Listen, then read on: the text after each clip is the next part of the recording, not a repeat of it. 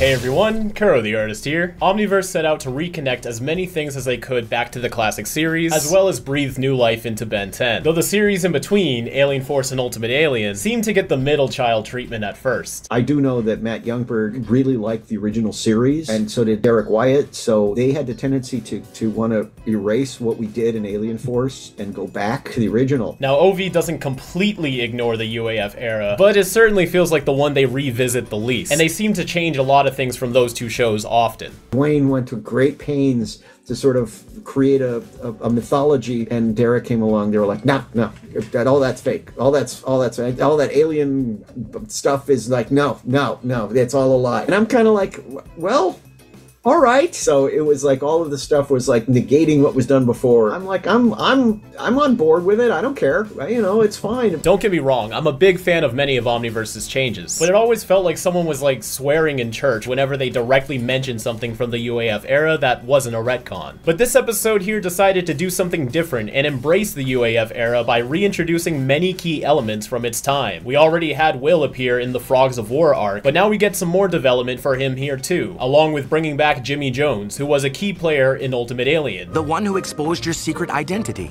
Yep.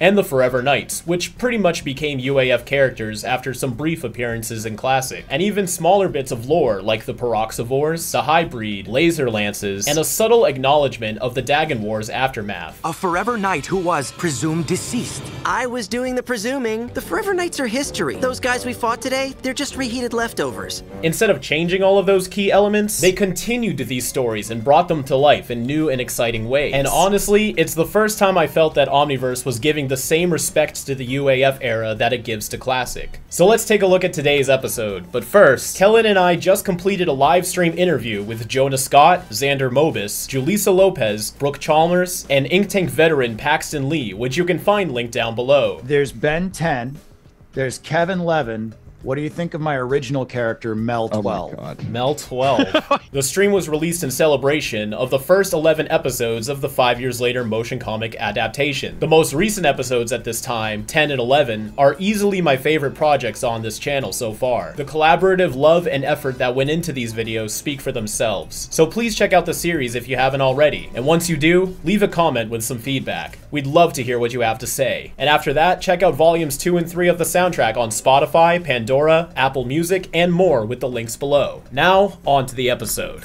Len Uli penned Return to Forever, which first premiered October 26, 2013. Jimmy investigates sightings of mysterious metal figures lurking around Undertown, but Ben and Rook disregard his worries. But Jimmy is proven correct when the Forever Knights do return, building a device funded by Will Harang to destroy all aliens on Earth. Now, where have I heard that before? Welcome to Undertown. You're going to see many fascinating sights. Continuing the new plot thread since the Frogs of War story arc, now that humans and aliens are cool with each other, now there's Undertown tours. An excellent development for the series. So this pipe right here is not colored in. You can see the wall and the street behind it. It's like it's transparent. Great bargains in the Undertown market stalls. It's been a while since we've seen Toby Monitor. Good to have you back. This is Ben's old middle school teacher, first shown in a flashback in Arrested Development. What? This is an awesome looking weapon. I don't think we've seen this one yet. Hey! Hand over your valuables. Well, so far everybody in this scene is voiced by Rob Paulson. Is this part of the tour? Except for this guy. This is Kevin Michael Richardson. Get a good shot, Walt. And we're back to Rob. This ain't no show. Cough him up. And back to Kevin. Step away from the vehicle. I'll never not be amazed by his reflexes. Like, holy shit, man. Let me tell you something, Undertown lowlifes! Aw, they skipped the morph animation.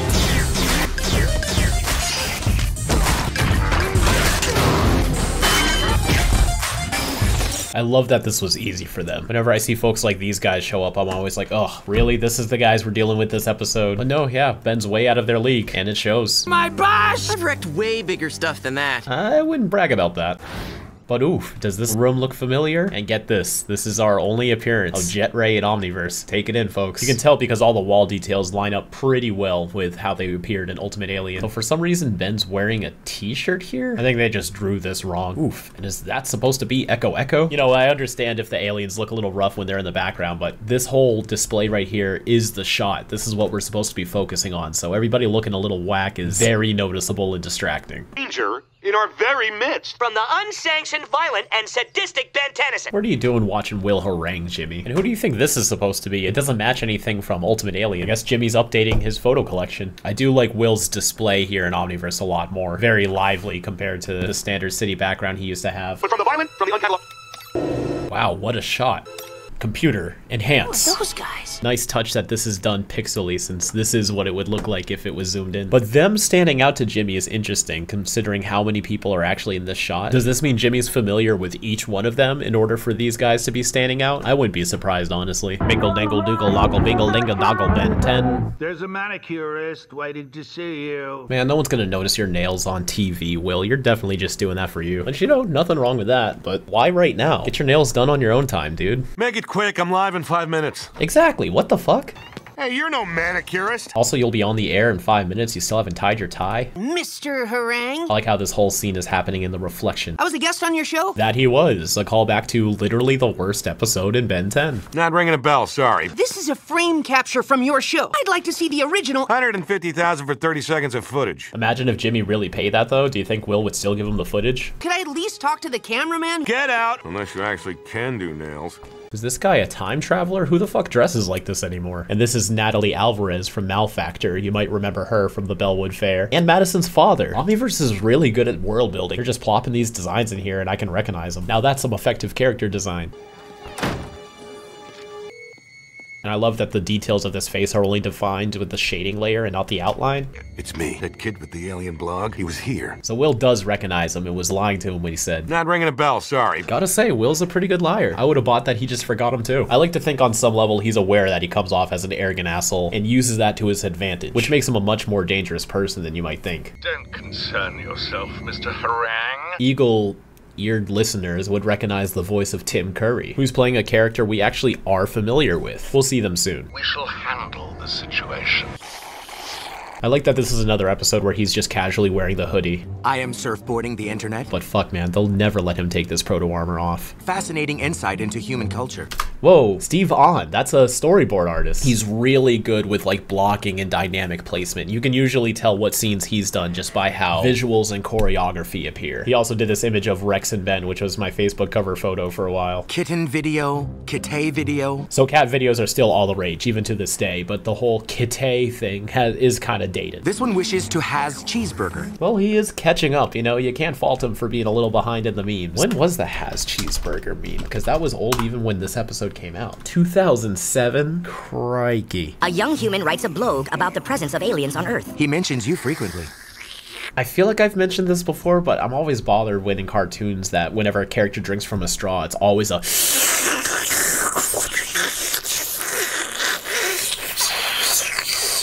sound. Straws typically make no noise at all until the cup's empty. So our cartoon character is always like drinking out of practically empty cups. That's Jimmy Jones. All right, I was waiting for a good time to talk about his design, but I guess I'll just do it now. I really like his Omniverse design. Making him more of a ginger really works for his character, and the freckles are a nice touch. I didn't mind his Ultimate Alien design at all. I thought it was pretty perfect, but now that I've seen this, and then I go back and compare, it's like, yeah, I guess a second pass couldn't hurt. Conspiracy nut. I really hate that though. Like, Jimmy's proven time and time again he knows what he's talking about. He's the one that outed you, dude. You gotta stop downplaying Jimmy. He helped you out with the Forever Knights. He was totally right about the plant monsters. You were even venting to him about your relationship. Like, have some respect for him. If you find him a little annoying, okay, whatever. That's a personal thing. But conspiracy nut? Come on, Ben. The one who exposed your secret identity. Exactly. We get two different pickaxe aliens in the same shot, and one of them is gigantic. What are the Cancellarin gang doing talking to this guy? Don't you know he's bad news? Where's your parents? And this whale guy is drawn so much smaller than he's supposed to be. And it looks like Toby Monitor's on foot now that his cart's been destroyed. What do you say, Ben 10? Holy shit, it's been a bit since we've seen you too. It's like all the forgotten characters are showing back up in this episode. No, I'm not Ben. I know nothing about nothing. This plays into the More Things Change Part 2, where none of the Undertown civilians are really compliant with giving out information about criminals. You just commit Konami? See, this is such a Steve On thing to do right here. What are you on now, Tennyson? I'm not Ben. It's kind of funny everyone's confusing him for Ben just because of the jacket, though. Shows how fresh that Omniverse Ben changed his look from UA, since they're both still 16. Ben probably stopped wearing this jacket only very recently. And how do you hairless monkeys tell each other apart? I like to think that's a slow burn joke when you eventually see his brother Kyle and they look exactly the same. I was wondering if you've seen the guy in this picture? You listen to me. Take off? I'll just... It's cool to see Jimmy take the initiative. Jimmy brings a nice youthful energy to the show without overdoing the fact that he's a kid. The fact that he's 10 years old really has nothing to do with his ambition. I like when they're able to write young characters without having to blank them in immaturity just to be like, oh haha, don't forget, he's 10 years old. I'm not Ben 10. No, you're Jimmy Joe. Now this right here is Sir Morton. We haven't seen him since Alien Force and Pet Project. I'm not gonna lie, when all of these characters started returning, I didn't really remember them or make the connection that these were all knights we've seen before. He certainly fits super well within Omniverse. You'd think he's an original character, but he was indeed in Alien Force before. We even saw his face. The guy in my picture. What a twist.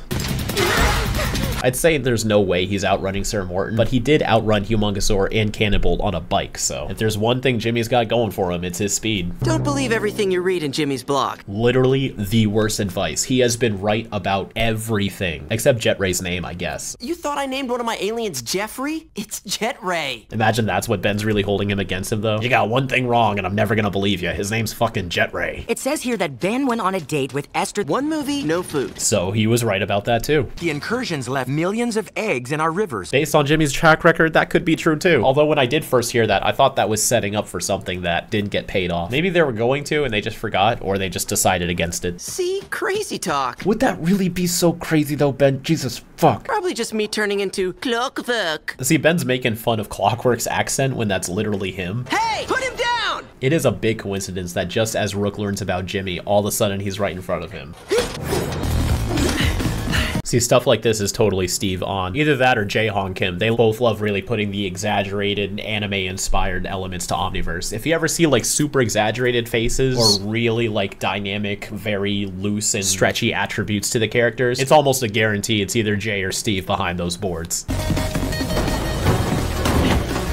But see this little unique touch of jumping across the boats to get across? Like, that's totally Steve. If you think about the chase scene in the More Things Change Part 2 when they're swinging across the roofs and you're seeing all of these like very environmentally interactive sequences. And they stand out too because a lot of the fight scenes in Ben 10 usually take place in open areas, be it a building or the street or the desert or an alien planet. It doesn't really matter where they are because it's just the characters interacting with each other. Whereas when Steve boards things, he really plays with the scenery and the things around him. Jay does a lot of that too. You might recall me giving the car chase sequence at the beginning of the Frogs of War 2 a lot of praise. With the creative route the car would drive around the buildings and going backwards and up the road and all of that. Those two really know how to bring the show to life. See here how they're hopping up the roof? How can he run so fast wearing all that equipment? Hey, that's my line. Perhaps his armor is power assisted. And that would be my next line. Y'all gotta let me do my thing. That was rhetorical. And yet you did not have an answer. That's actually a really funny comeback. See this guy standing up in the background as this one fills into frame. I'll get to these guys' designs in a second, don't you worry. Hey, that's Sir Morton. How does Rook know him, though? A forever knight who was presumed deceased. So you might be a little confused on why they would think that. And it's never directly stated, but it's sort of implied in the show, but confirmed outside of the show by Derek, that after the Dagon War at the end of Ultimate Alien, almost all the Forever Knights died. Which is pretty crazy, but also makes sense. You know, it was an interdimensional war. You get the twins, I got the robot. I still don't like that Lodestar's mouth moves, though. Well, holy shit, the Red Knight is back. Throwing stars? Those are not throwing stars, Ben. Though he is very far away right now, so I understand if you can't see what he's holding. Unless they're not metal. That is a cool counter to Lodestar's abilities, but how did they know that he was going to use Lodestar? They could be trying to plan for anything, but I mean, Lodestar is a very unique and underutilized alien for Ben. So I got to imagine there's other reasons why they would have non-metal suits. They couldn't have done this just in case Ben turned into Lodestar, right? That is unfortunate. I'm loving all of Rook's dry humor in this episode. Now the Red Knight more or less looks the same as he did in the classic series, except a lot more shiny and crimson. I don't remember if he was supposed to be a robot in classic, though he never talked and did get electrocuted at the end.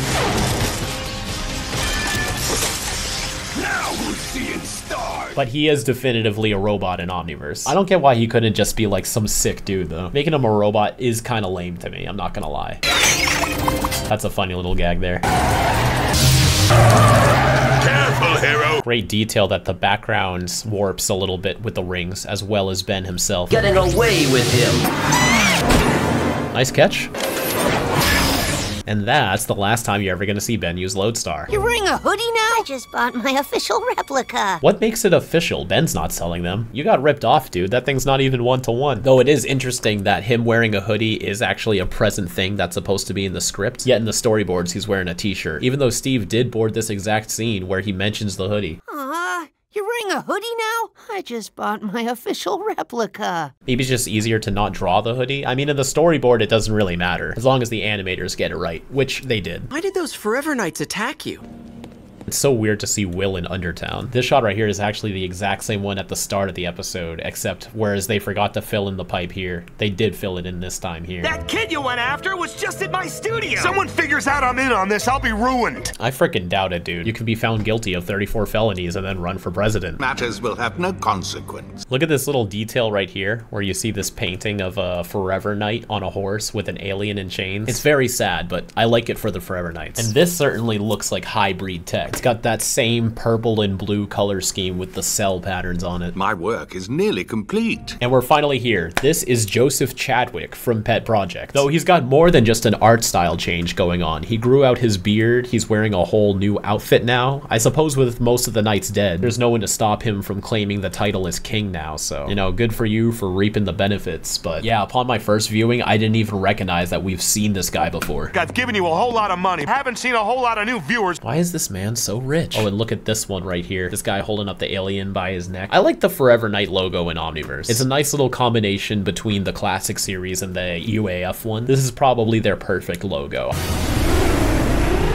And this right here is a high-breed weather tower. We're getting so many cool callbacks in this episode, I'm kind of overwhelmed. So I'm wondering if these extra details on them is any of Joseph's doing, or if this is just what the tower looks like in the Omniverse style. I imagine we might have seen this type of strap thing before, but we've had so many devices in Ben 10 where a character is like strapped to a board or the wall or something. It would take forever to search through it and see if this matches anything, but let me know if y'all recognize this specific pad from anywhere. Collected the DNA profiles of every alien in Undertown. This high-breed pulse generator. Oh, they do literally say hybrid. I like that. Though they call it a pulse generator, which it probably could be. It might not be a weather tower specifically, but it does look exactly like one. Rewrite their genetic codes and turn them all into human. What a weird plan. For Will, I would get it because it'd be such a spectacle that it would get him his ratings. But what did the Forever Knights get out of this? Every alien species on Earth is represented in Undertown. I doubt it. Your collaboration with the incursion invasion helped your reputation. I sabotaged their invasion. Oh, Will. Always willing to throw someone under the bus. Didn't you see my 5-part special report? They explained everything. I hope it didn't involve a ukulele. I was never here. That true what you told him? My beam machine will erase all alien DNA on Earth. Okay, so he was lying. 'Cause I was gonna say, like, I mean, I kinda get it, but that's still such a weird-ass plan. Where's the boy?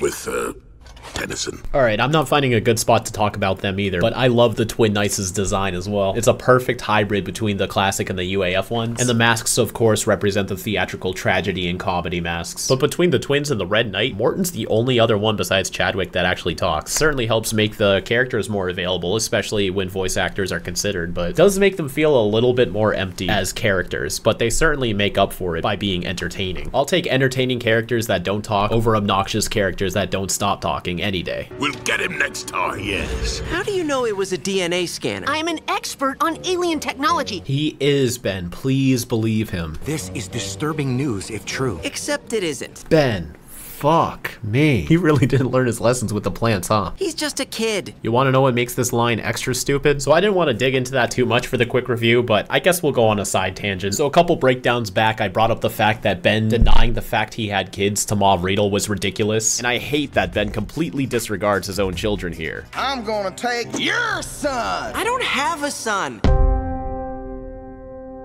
Which is wild because the last time he brought them up was to Mauve Riedel herself, so this extra doesn't make any sense. I'm a mother too. Where are your kids? I don't know, in deep space somewhere. Guest writer or not, this was a big fumble. And a lot of people were quick to jump into the comments and be like, oh, necrophrygians are genderless. Like, for one, of course, that's obvious. But secondly, that's not what the scene was implying. I don't want to play the whole clip because for pacing reasons and also copyright. But if you continue to watch the scene, I'm gonna take your son. I don't have a son. I'm a kid. Hello? the whole scene in context is making the point that the idea that Ben has kids is ridiculous, when he certainly does. So that scene is stupid because Ben does have a kid, whether or not it's a boy or genderless. It's double stupid because the last time he talked about his kids was to Mauve Riedel herself, but now it's triple stupid because he's trying to discredit Jimmy for being a kid. Do you see what I mean now? Anybody knows what it's like to have everyone say he's just a kid. It's you. Exactly, Jimmy. He's the most sensible person in this episode so far. I'd say so is Rook, but he's still learning about the internet. He'll get there. Can I help? No. Why?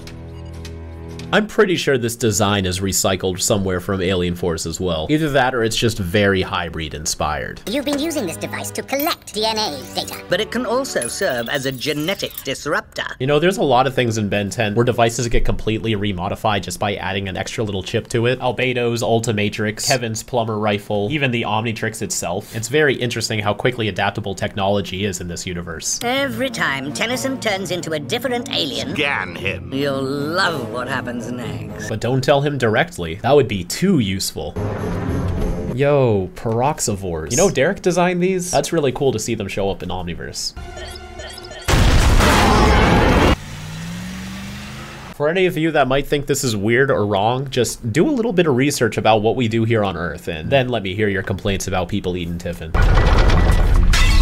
That sound effect is probably one of the most reused sound effects in all of media ever. There's that one, the shocked crowd sound, and then the kitten rare sound. I hear those three sound effects in like literally everything. Cartoon, live action, movie, TV show, it's everywhere. Ooh, Snarrow. Alien technology is very complicated. Do not touch anything. Nothing. See, Rook not buying it, I can get behind. Because Rook doesn't know Jimmy that well, and also this is his own property, so he probably feels very protective about it. Ben literally has no excuse. Those Beryllian bovines must have broken out of— Those what? Hold on. We already had a name for them, peroxivores. Unless that's just a different name for them, like megawatts and Nosdenians, or humans and Homo sapiens. I don't know. I mean, even if it makes sense, it's weird for them to give them a different name in this episode.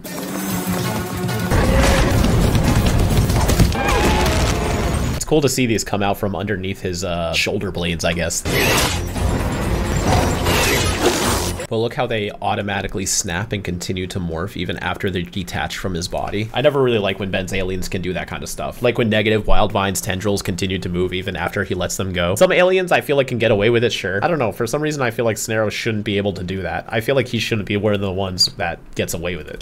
Give it up. You're outnumbered. Oh shit, the laser lances are back. That's a great detail. That feels like something they would have left behind in favor of like the cooler weapons, I guess, but they're still paying respects to the UAF era. Echo Echo is levitating. He does do it in more than one episode. That is clearly levitation. I don't really care whether or not Echo Echo can levitate, but when a character does something so outside of their regular pool of abilities and it only happens once, it's kind of weird. So seeing Echo Echo do this again, you know, love it or hate it, at least they're normalizing it. Of course, it's a red laser though. Okay. This has got to be one of the most powerful devices, though, in, like, the entire show. Don't you have security measures for that, Ben? You gotta turn those back on. Better hope Vilgax doesn't get a hold of that. In fact, I'm not sure if this is intentional or not, but it does vaguely resemble the Dominus Librium, which is also, like, an energy-based device, but that could be a stretch. Stop changing forms! If I can't turn into an alien, how can I fight them?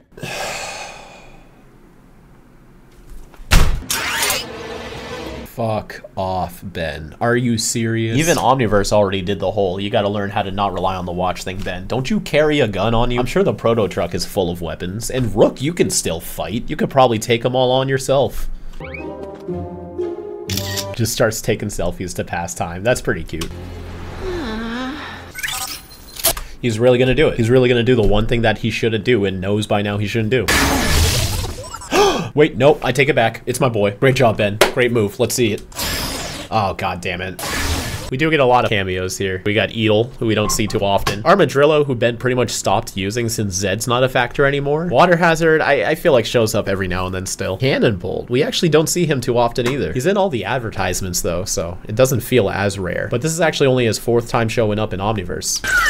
Wow. Great job, Ben, you fried it. Why do you think it's smoking though? Between it getting worn out like this to the point where it's overheating, along with the Forever Knights being able to mess with it, it feels really janky this episode. I feel like it shouldn't be this susceptible. Remember in Arrested Development, it had all those security measures? And then by the end of the series, it's literally gonna prevent his death. For the official Omnitrix, this seems very strange to me. You're really much more stubborn than you are smart. True, but what's holding this monitor up right now? Is it just floating there? Escape is, in short, impossible. Couldn't they have called for plumber backup too? Right when they were getting held up, Rook could have signaled for assistance or something. In fact, since this episode's bringing back a lot of UAF factors, it would have been sick if like the plumber's helpers arrived to their rescue. That would have been fucking awesome. What happened, Dr. Chad Whack? Got him. They kick you out of the home for old psychos? Double got him. You don't expect me to just... He can touch this? This isn't like dangerously electrical zapping? In fact, if he can touch it, why is he like ambiguously floating in the middle of it? Like what is this thing? Oh! God damn, his head is so big right now. Holy fuck. Yeah, that's not gonna work. Don't be so scared, Ben. You know this. Remember when your dad tried it? I can't just sit here. Holy shit, he's really been sitting there this whole time? Driving is hard. Oh, I just realized in this photo, not only is he strangling an alien, he's also stepping on one too. Hope Daddy Knight gave y'all the save word. Look, you can ignore my calls all you like. Will's really ambushing him because he's getting left on red. He's so needy. They're going to vaporize every alien on the planet. I will not listen to your lies. This shot reminds me how weird it is that nobody has ear holes in Omniverse. Because I endorse a lot of health products, massacres will not go over well with my sponsors. Forget president. This guy should be a YouTuber. You have nothing to fear. How are we gonna get out of here? Jimmy! See, y'all should have trusted him. If you push the wrong button... You deserve that, dude. Alien technology! Very complicated! I love that Jimmy gets to throw that line back at them. Keep them away from the generator! Yeah, there's a lack of morph animations in this episode. Get him. Ooh. Nice job, Rook. Wow. You may transform at will. Whoa, look at his head. You may transform at will. It's pretty weird to be talking like this, huh? Wild Mutt, interesting choice. Oof. Oh, oof, ooh. This is neat how Rook's punching him in the front, but we're seeing it from the back, so we're just getting the impact frames from behind. Boom. Nice job, Blanco. Yeah, get him. And another push through the smoke animation. This one's pretty good. Impressive performance. Huh? Yeah, Jimmy, get him. Catch a body. Where's the off switch, Rook? You could turn into upgrade and disable the machine. This device will eradicate millions of aliens here on Earth. There's really millions now? That's a step up from the last show. Out of the 937 registered aliens here on Earth legally. And about 100 not so legally. Turn into gray matter. Or gray matter too. Good thinking, Jimmy. Well, what if the Omnitrix doesn't give me the right alien? Just try it, dude. What? Why are you having this conversation? Is he even smart? You know, Jimmy, I have no idea what Jury Rig does. And I believe this is the only time you actually see Jury Rig wearing his goggles in the show. You'd think he'd be using them more. They're actually a really cool part of his design. In fact, I wouldn't be bothered if he was always wearing them. Nothing happened. Oh, something happened. I thought this was the building from Hot Stretch, but it's not. Oh yeah, this is Will's place. He's actually got a nice little place. He does have the money for it. If you look here, you can see that he's shaking hands with Billy Billions. That'll come into play in a future episode. Will's alarm clock sound is America the Beautiful.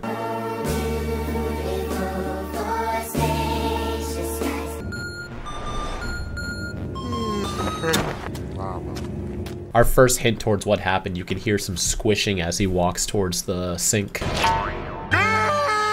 So Ben turned him into this. I keep going back and forth on whether or not this is too cruel. I would say it's deserved because Will is, you know, Will. But I can't imagine genetically modifying somebody as a way to get back at them if you're one of the good guys. But it's another one of those scenarios where Ben is morally gray. Ben does like to come off as, you know, the righteous hero, but he does do a lot of crafty shit throughout the show. And this is definitely one of them. Like, he just ruined this man's life.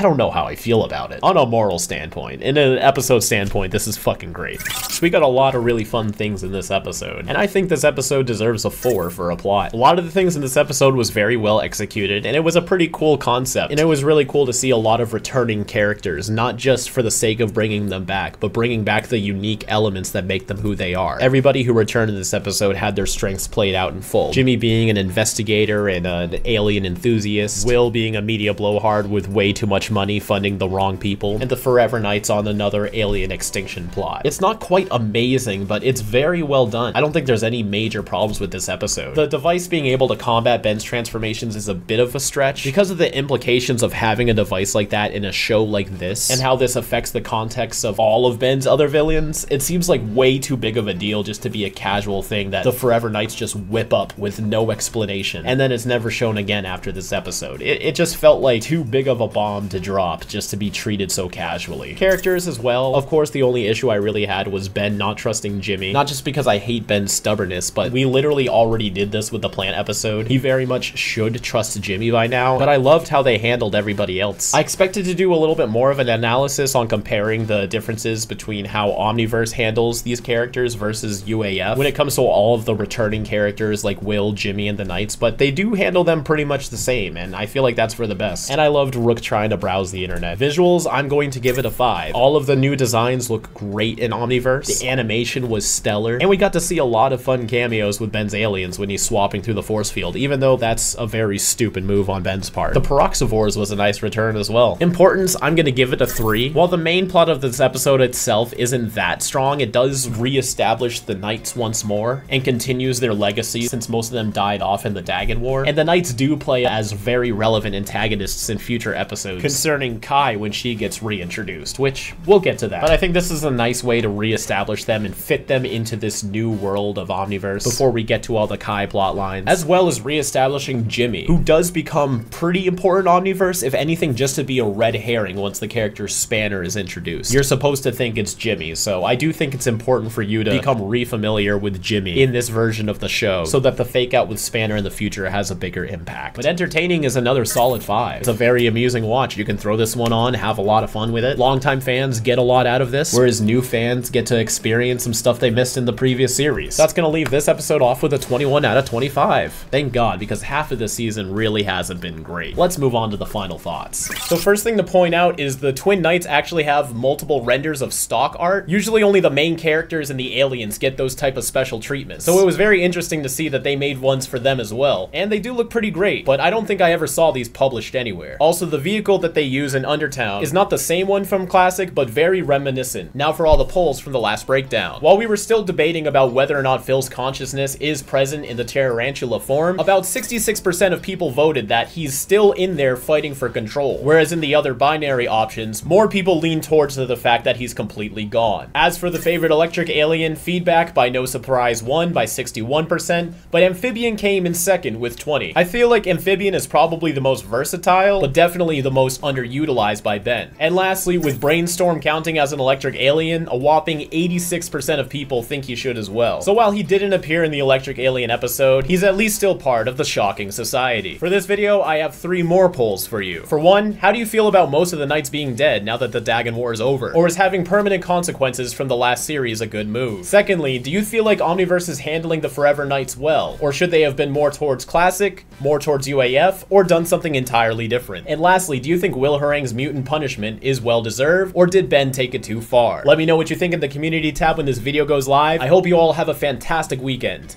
And as always, keep it fizzy. Big thanks to Andrew Analik and Elizabeth Susan for supporting the channel in the ink cartridge tier. We really appreciate your contributions to developing more ink tank projects. Thanks for being a part of our community.